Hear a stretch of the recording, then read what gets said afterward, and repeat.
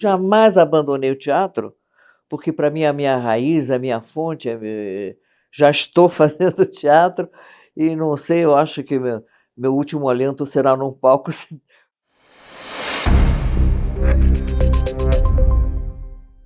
Vamos começar mais um Business of Life, um encontro aqui com uma pessoa mais que especial, a dama do teatro brasileiro, a referência para o teatro brasileiro. Nem que seja pelo tempo.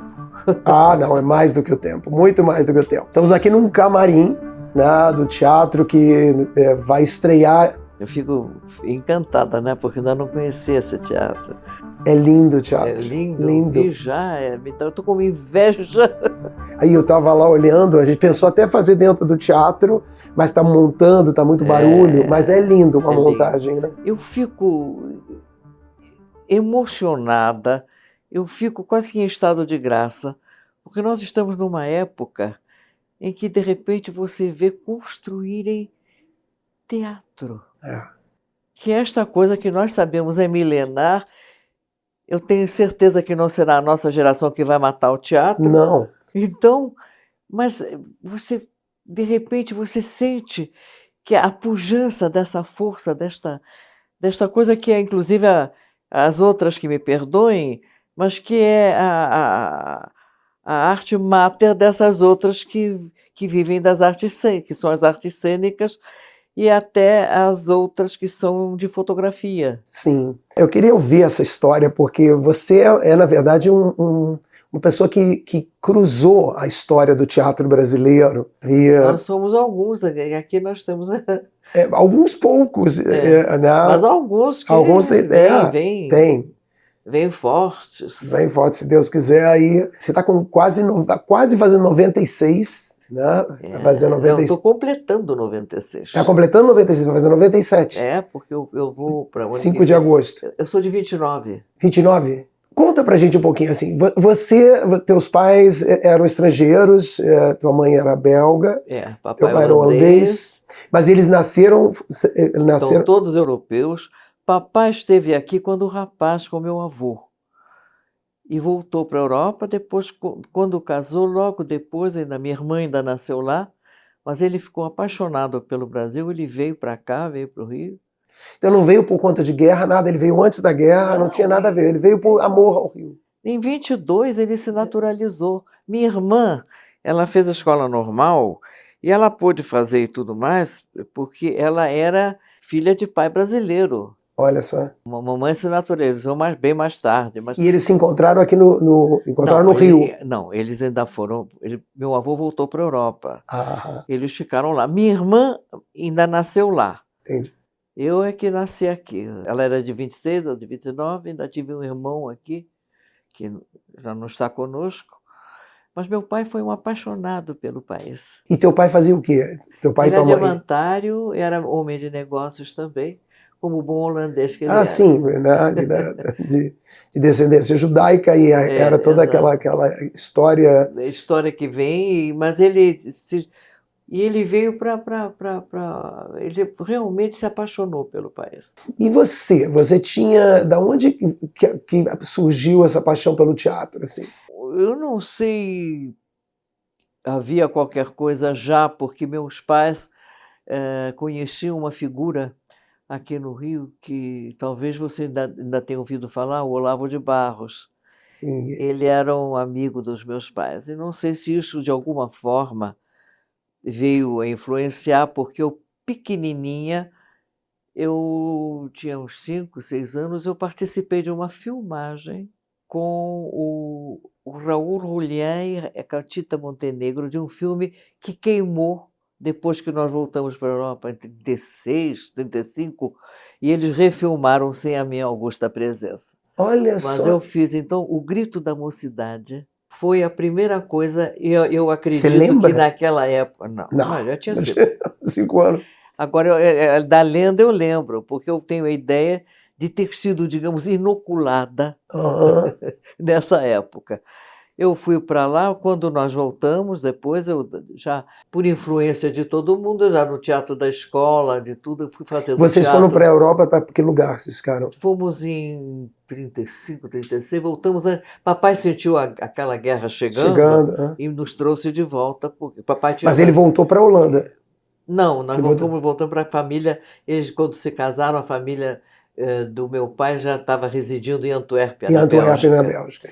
E depois, então, nós fomos para a Bélgica, porque meu avô tinha falecido, e nós fomos ver a família, meu avô materno, de Antuérpia. Eu passei uns 2 anos, mais ou menos, e depois eu voltei para o Brasil. Ainda cursei escola primária lá na Escola Bárbara Ottoni, lá na Mas o francês era excelente, você tinha francês, vocês falavam em francês em casa? Eu falo francês em casa. Foi por isso que eu fui estudar. Depois em Paris. E na França, quando eu quis estudar teatro, quando eu vi deslumbrada, eu já falava bem a língua, claro, falava em casa, mas quando o Barrault esteve, e eu já gostava, já tinha feito, já conhecia o Lavo de Barro, já conhecia, mas então eu quis fugir. Aí já, quer dizer, já foi um pouco, eu quis fugir do Brasil, porque eu estava já sendo, digamos, envolvida, eu queria fazer teatro como eu tinha visto, que foram duas companhias que me influenciaram muito, a do Barrault, a do Jouvet, e eu digo, como eu tinha língua, eu disse, eu vou porque senão eu talvez venha fazer coisas que eu não deva ainda, porque eu tenho uma tessitura muito forte, e de repente eu queria fazer ter um embasamento que aqui poderia Você fez ter Escola de Belas Artes aqui, né? mas isso já depois. Isso foi depois. Não, quando eu fui para estudar, eu fui, já tinha feito. tinha estado, eu fui para lá em 51. Como era a Escola de Belas Artes? Ainda ainda lá, na Araújo Porto Alegre. Mas a gente está falando dos anos, do início Mas dos maravilhoso, anos porque 40. A Escola de Belas Artes tem a tradição direta, porque ela está, inclusive, incrustada no Museu Nacional de Belas Artes. E os professores, e aquilo todo é uma formação sólida. Quem eram teus colegas ali? Você lembra de gente? Eu lembro de muitos, inclusive me lembro de amigos, por exemplo. Eu moro numa rua, atualmente, que está envolta pela Georgina de Albuquerque, que foi minha professora. Foi importante, inclusive quando eu estava na faculdade, inclusive eu fui para o teatro universitário, porque eu vinha com aquele bicho todo, eu tinha feito teatro infantil já, e na faculdade eu estava no diretório acadêmico, onde eu fui colega do Fernando Pamplona, que era, na época, co-diretor com a Jerusa Camões, do teatro universitário, que era na UNE. E foi lá que eu fui fazendo cada vez mais um trabalho. Dona Esther Leão vinha dirigir os espetáculos, enfim, Alberto Pérez, Mário Brasini, tinham estado ali. Esse grupo teve muita história na formação do nosso teatro, né? Atual. Mas eu senti que já estava sendo um pouco tendo um cerco para poder começar não no teatro universitário, mas não de uma forma. Eu não queria, porque eu achava que eu não iria ter tempo de fazer uma formação mais sólida antes de enfrentar. Enfim. Teus pais aceitavam assim? Como era? Porque isso, ser atriz. Eu também acho que eu venci pelo cansaço, mas de qualquer maneira. Mas eles tentavam te demover, não? Europeus, inclusive, né? De modo que tinha uma forma de ver mais ou menos, mas em todo caso eu consegui essa bolsa de estudos. Aí quando o papai, quando disse você não vai, eu disse não, você me deixou construir tudo isso, agora eu vou com o seu contentimento. Já tinha uns 18 anos, a mais, eu fui aos 51, fui embora. Para poder ter uma formação antes de enfrentar o teatro, que eu já, apesar da escola e da pintura, eu era bem medíocre, bem... Aí você foi estudar com craques que eram... Porque o teatro já vinha comigo. Ele tinha uma bolsa de estudos para teatro, inclusive indicada pelo Barrault para onde eu queria ir, porque o Jouvet tinha morrido justo naquele tempo, E eu queria uma formação sólida, porque eu tinha uma tessitura que me levava para as coisas mais pesadas, e com pouca idade, nenhuma formação, tudo mais, a não ser a de amadores, que era forte, e que me trilhou esse caminho. Então eu fui para poder me formar melhor, para fazer o que eu queria. E por que você depois volta ao Brasil, assim, por teatro? Você acreditava no teatro aqui no Brasil? Porque eu achava, eu fui para uma bolsa de estudos, primeiro por você ter a própria obrigação, eu acho, quando você tem um tipo de uma situação dessas, de voltar, A bolsa era dada pelo Brasil. governo francês. Ah, pelo governo francês, então. Então, existe essa. E depois eu achava que meu lugar era aqui. Já por tudo que eu tinha vivido, eu fui principalmente por causa da tessitura minha, que era muito forte e que me levava a fazer coisas que estariam além do que eu poderia fazer, tanto em idade como em formação. Você chegou a fazer alguma coisa lá em Paris? Estudar. Só estudar, não chegou a atuar em... Não, coisas pequenas. Pequenas, assim. Mas não, porque eu estava muito focada. Eu não fiz aquela escola, não, eu fiz uma porção de coisa. Eu aproveitei bem o meu tempo para, digamos, conseguir afinar um pouco mais meu instrumento. Mas eu voltei, inclusive, por pressão da família, por questões familiares, minha irmã se casava, tudo mais. Você não tinha nenhuma influência do teatro Yiddish, que era uma coisa assim muito forte assim na tradição? O teatro não, eu Yiddish... conhecia, mas eu nunca eu participei, porque eu já fui direto... Sim, para uma coisa mais clássica. Você vê, quando eu voltei, tinha acontecido a Companhia Dramática Nacional um ano antes. Aquela famosa formação com Sérgio Cardoso, aquela coisa toda. Ao voltar, já fui praticamente abraçada pelo que havia aqui e fui para a Companhia Dramática Nacional e fiz Senhora dos... Eu voltei com Senhora dos Afogados, que foi a minha estreia como profissional. Senhora dos Afogados, do Nelson Rodrigues. Eu tenho uma anedota que eu já contei algumas vezes, que é muito interessante, porque quando lá numa aula com Yves Brainville, um dos meus professores, eu estava às voltas com meus personagens, eu com muito pouca idade, pegando aquelas figuras, e fortes sempre por causa da tessitura. Aí o Yves Brainville diz: Natália, calma, você está com esse problema, você vai fazer isso daqui a uns 20 anos. Eu disse: engano seu, voltando para o Brasil eu faço amanhã. Cheguei aqui, peguei uma Clitemnestra, não é? A Senhora dos Afogados. Em 54 foi quando eu estreiei como atriz profissional e vamos nós na minha carreira que tem vindo até aqui. Eu acho que é uma e aí coisa você faz ela e é um sucesso, essa Senhora dos Afogados. Depois você faz o Pagador de Promessas. Isso bem depois. Bem depois. Fui ver o que você já fez. Mas eu tenho tempo para ter feito, né? Não, mas tem tempo para fazer, mas você tem uma coisa que eu fui olhar depois, você tem, por ano, você faz 2, 3 trabalhos, o que não é comum, né? Inclusive em telenovela, né? Você ia de novela em novela, assim. Mas a novela já vem, imagina, a novela é uma coisa que veio depois. Bem depois. Entendeu? E que muitas vezes eu fui até criticada. Quando estava dizendo, não, que teatro, sabe, havia essa coisa, eu dizia, não, jamais abandonei o teatro, porque para mim a minha raiz, a minha fonte, já estou fazendo teatro, e não sei, eu acho que meu último alento será num palco, Madame Morinot, que tinha sempre esse sonho. Eu acho muito corajoso, porque a televisão era uma nova mídia. Né? Mas a televisão já foi na volta. Na volta, mas estou dizendo... Eu já tinha essa paixão toda desde sempre. E você tentou levar para a televisão o grande teatro? Mas não tentei levar, ele existia. E era uma forma também de levar o teatro. Você vê que praticamente todos os atores brasileiros passaram ou passam pela televisão. A televisão é uma coisa nova, o teatro também já teve fases e coisas, como o cinema. O cinema hoje ele é considerado e respeitado. Sim. Então não há por que nós vermos essa coisa da televisão como uma coisa mais passageira. O cinema, quando começou, era visto como as pessoas ainda veem muita coisa da televisão. A qualidade do que se faz ao contrário, porque se você...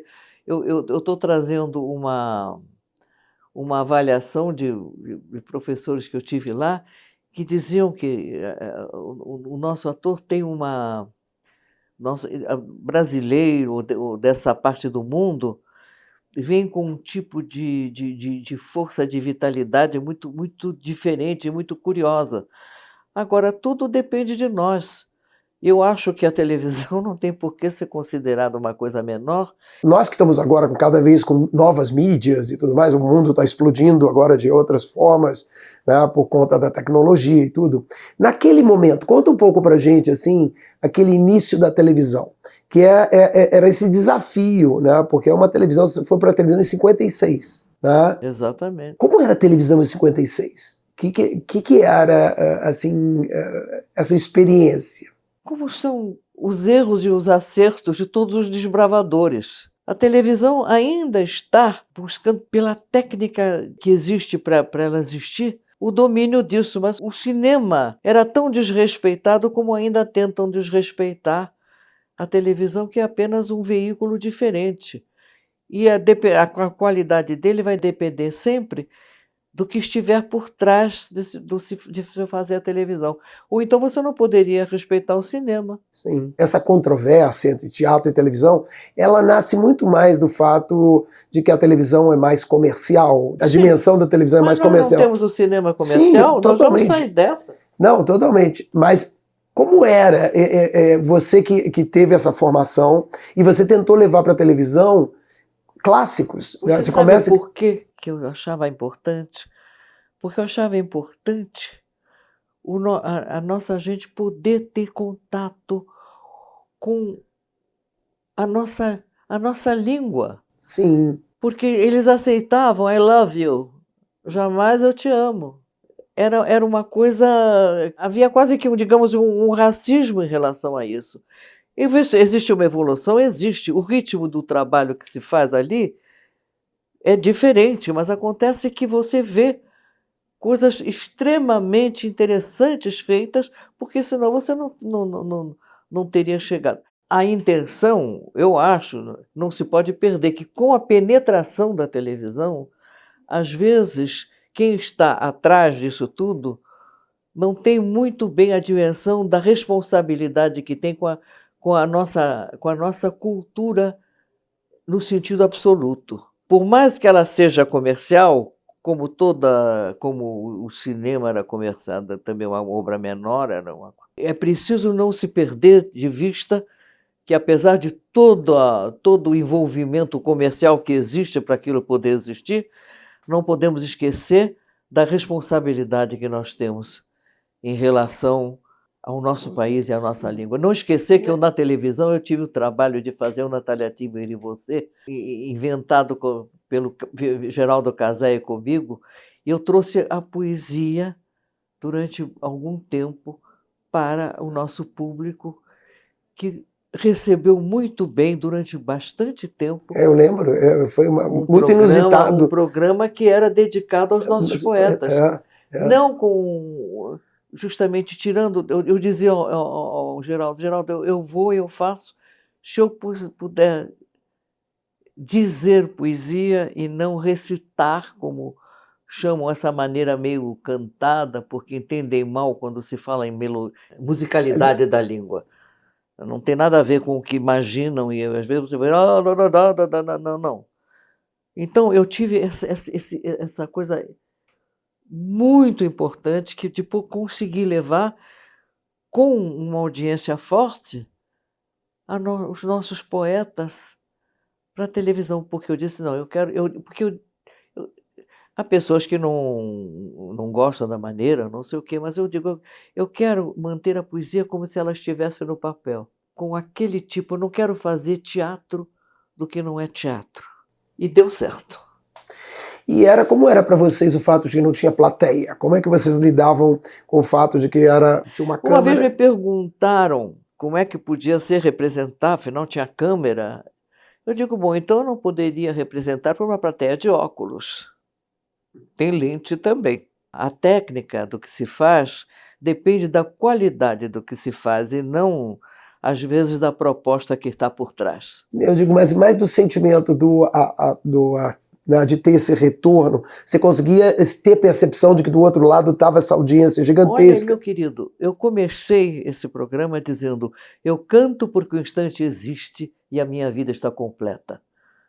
Não sou alegre nem sou triste, sou poeta. Cecília Meirelles, e daí para diante. Então, eu tenho isso como uma coisa muito querida e um orgulho muito grande, porque era uma coisa que era um tabu. Mas eu tive como empreendedor comigo dessa ideia o Geraldo Cazé, de quem a Uhum. nossa saudade toda é muito Sim, grande. E que é um homem que, antes de mais nada, entendeu o que era a televisão, o que a televisão pode proporcionar. Ela ainda é muito nova, tem muita coisa que nós podemos fazer. Eu sou uma atriz, uma intérprete. Eu tenho esses terrenos, o palco, que eu não abandono, a televisão, o o palco cinema. sempre ficou contigo. Você fazia televisão e fazia teatro. Fazia e vou fazer Sempre, e até sim, quando for possível, quando tiver alento. E junto a isso desenvolvi, acredito, junto com ela, uma maneira de lidar com esse tipo de imagem, como nós lidamos com o cinema. com certeza. E como eu digo sempre, o que nós temos que defender em tudo que nós fazemos, porque já vimos muito teatro bobo e ruim sendo feito, mas enfim, não perdermos a responsabilidade que nós temos quando queremos de alguma forma nos comunicar conosco, brasileiros e outros também, quando saímos das nossas fronteiras, mas essa coisa incrível que a televisão proporcionou. Nós sempre temos a tendência a estranhar as técnicas.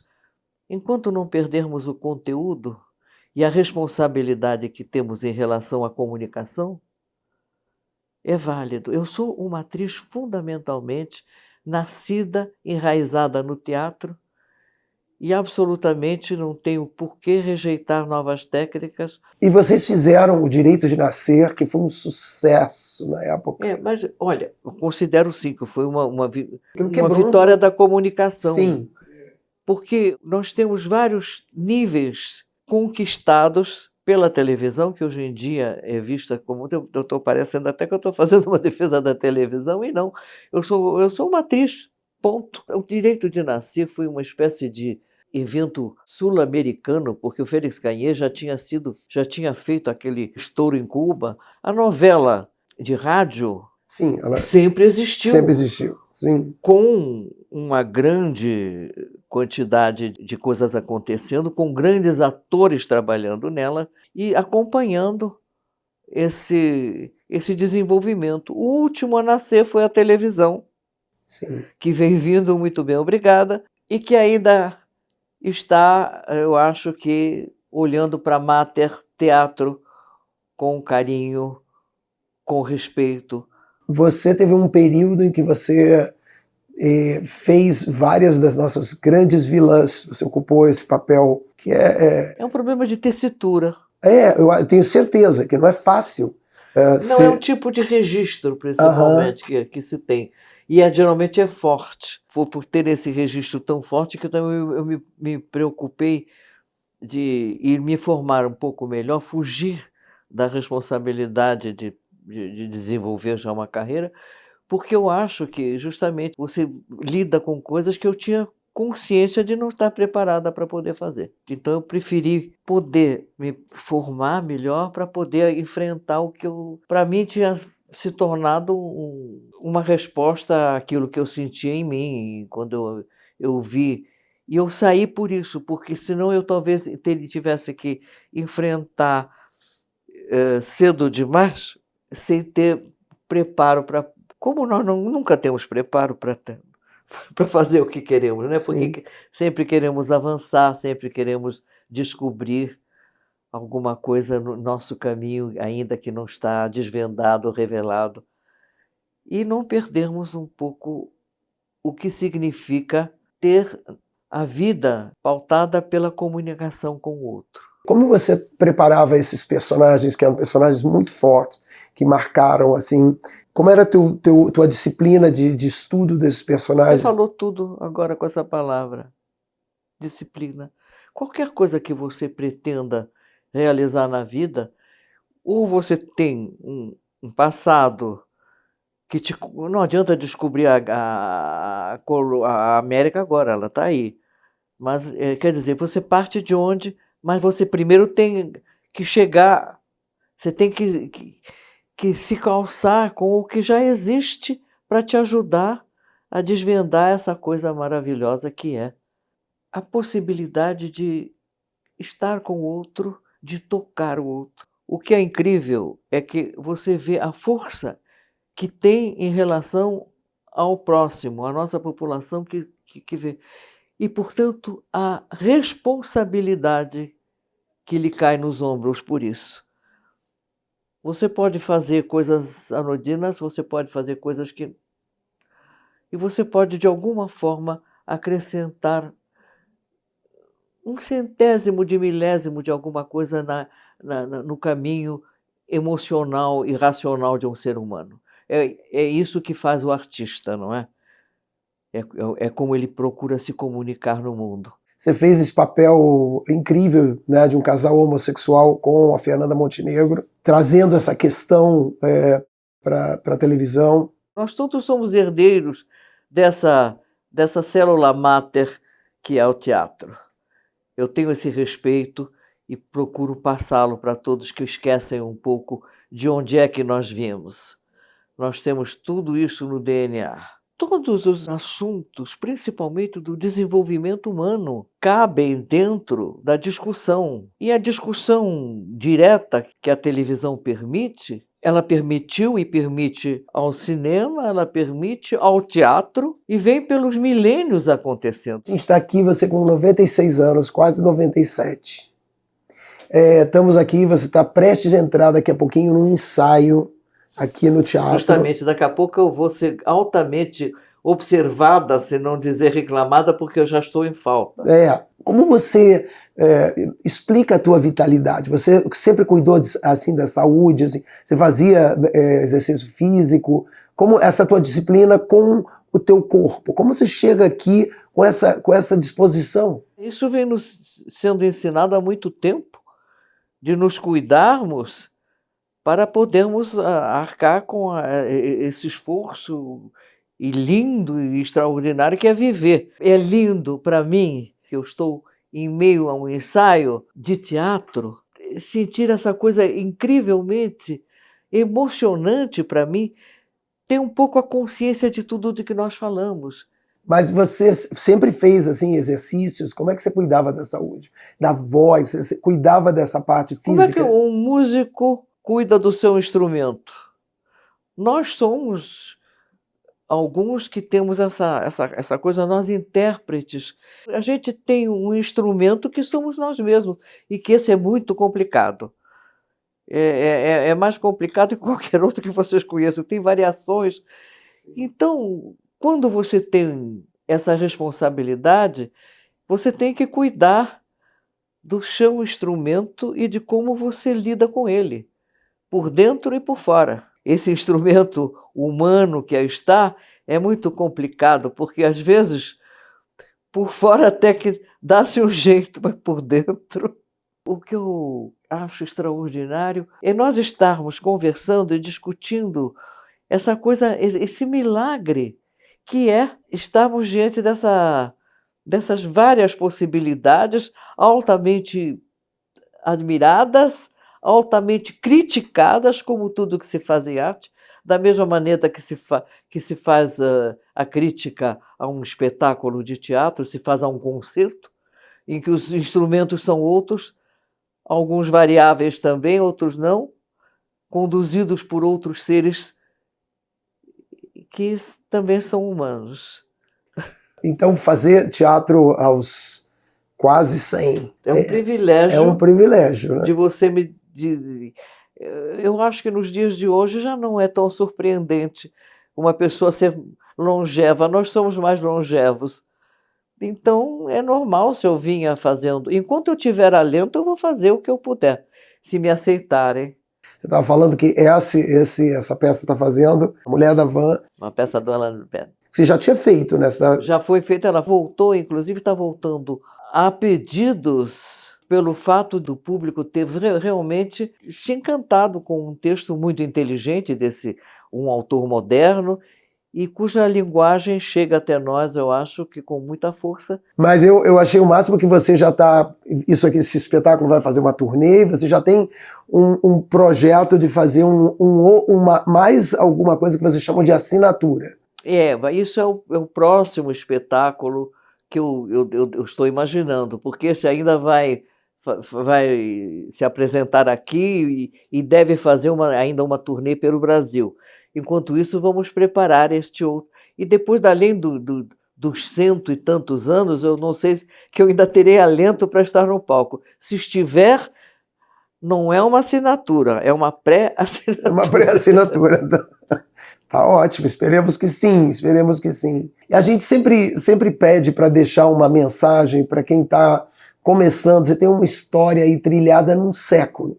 É assim, né? A gente não falou de um fragmento de todos os trabalhos que você fez, da importância que você tem, eu acho que para o teatro brasileiro, essa pessoa muito corajosa de ter levado, como você usou, acho que a palavra mais importante aqui é a tessitura. Uma atriz que criou uma tessitura e trouxe isso para a televisão, trouxe isso para... Você fez cinema, você fez documentário, mas você trouxe principalmente para a televisão uma tessitura do teatro, que foi reconhecido. Eu trouxe uma tessitura do teatro, como eu digo, porque o teatro é a alma mater. Sim. As artes cênicas têm todas a sua raiz ali. E é tão bom você não deixar as suas raízes lá. Com certeza. O que você diria como uma mensagem para quem está começando, trilhando nesse mundo tão cheio de novas mídias, de desafios? A gente vem alimentado por uma curiosidade que nos leva adiante. Então, eu acho que no momento que você consegue distinguir a sua tendência, a sua maneira de ser e de estar no mundo, desenvolvê-la, não ter preguiça. Porque eu acho que, senão, o ser humano limita a si mesmo, que realmente desconhece os seus limites antes de chegar a ele. Então, não esqueçam nunca que adiante de nós está um limite, mas que ele pode estar mais longínquo se nós nos esforçarmos por chegar a ele. Empurrar esse limite ao máximo. Maravilhoso, querida. Muito obrigado mesmo. Muito obrigada pelo interesse. Não, que interesse. Eu sou de uma geração que te acompanhou assim por décadas e décadas ali, daqueles personagens que mudavam e sempre te via. Então, assim, parte da nossa família, parte da nossa história, não só do Teatro Nacional, da televisão, mas eu acho que de todos os brasileiros aí, né, e das últimas... São 71 anos de profissão. É incrível, uma vida só de profissão. Nossa, muito incrível. Bom, então, uma das vantagens de ser longeva.